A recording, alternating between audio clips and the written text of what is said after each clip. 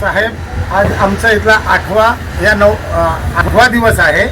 8व्या दिवसापासून आम्ही रोज मागणी केलेली आहे पवनशेठ वाळेकरांनी की काल पण शिवसाहेबांच्या इथं आम्ही बसलो होतो दुपारी आणि तायडे साहेब आणि शिंदे साहेब यांना सांगितलेलं आहे की डंपरची तरतूद आपल्या याच्यामध्ये नाही आहे.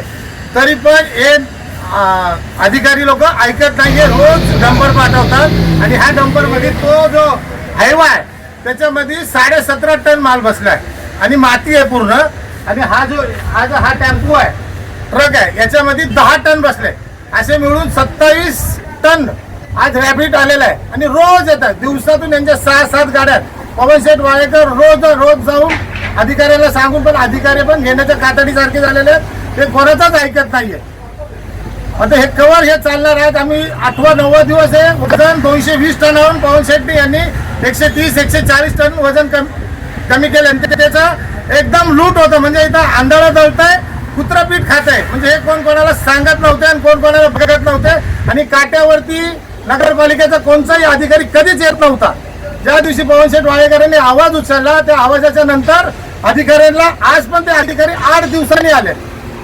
क्योंकि आता आम्ही ती मातीची गाडी पकडली. तर सरकारी कर्मचारी होते इथं उत्तम साहेब. तर त्यांनी त्या साहेबांना फोन केला. तायडे साहेब बोलतात शिंदे साहेबाला सांग, शिंदे साहेब बोलतात तायडेला सांग. तायडे तर खाता प्रमुख आहेत ना, का तुमचा धमक नाही का हे सगळं थांबवायची? कशासाठी चाललंय हे आणि कोणाचं याच्या माझा कोण आहे की तुम्ही त्यांचं ऐकून सगळं चाललेलं आहे? किती दिवस चालणार आहे जनतेची लूट? किती दिवस चालणार आहे? सांगून पवनशेठ आज पण पवनशेठ वाळेकर पालिकेत जाणार आहेत. अध्यक्ष मॅडमची भेट घेऊन शिवसाहेबांसाठी बोलणार याच्यासाठी, डंपरसाठी. ह्या डंपरमुळे यांची कचऱ्याची क्वांटिटी वाढते साहेब.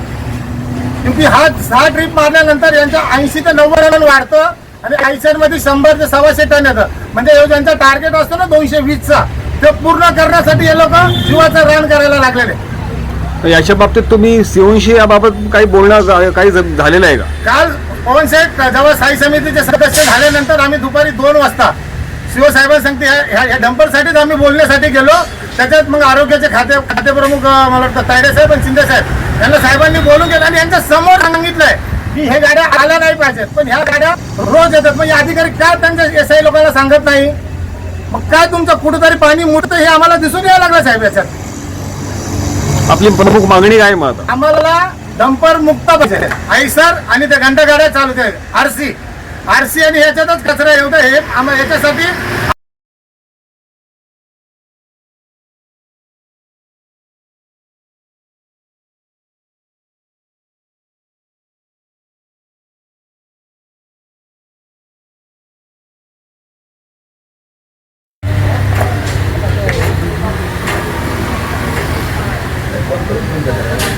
हा साहेब, पवनशेठचं एवढीच मागणी आहे. आमचं आव्हान आहे पवनशेठ वाळेकर यांच्या माध्यमातून ही की याची जनतेची पूर्ण लूट व्हायला लागली आणि अधिकारी याच्यावरती काहीच बोलत नाही. एकही आरोग्याचा अधिकारी विचारत नाही, बोलत नाही. एसआय जो तो आपल्या धुनकीत आहे आणि खाते प्रमुख जो तो आपल्या धुनकीत आहे. आम्ही बोलावलं तरच जागतात. तर काल तायडे साहेबांना 2दा रात्री आम्ही फोन केला. मी गाडी चालवतो, मी फलाना करतो, हे काय त्यांचे उत्तर आहेत देण्याचे. त्यांच्या उत्तम साहेबांनी त्यांनी 2दा फोन केला की साहेब डंपर नका पाठवू, आम्हाला त्याचा त्रास होतोय, आम्हाला बडबड करतात.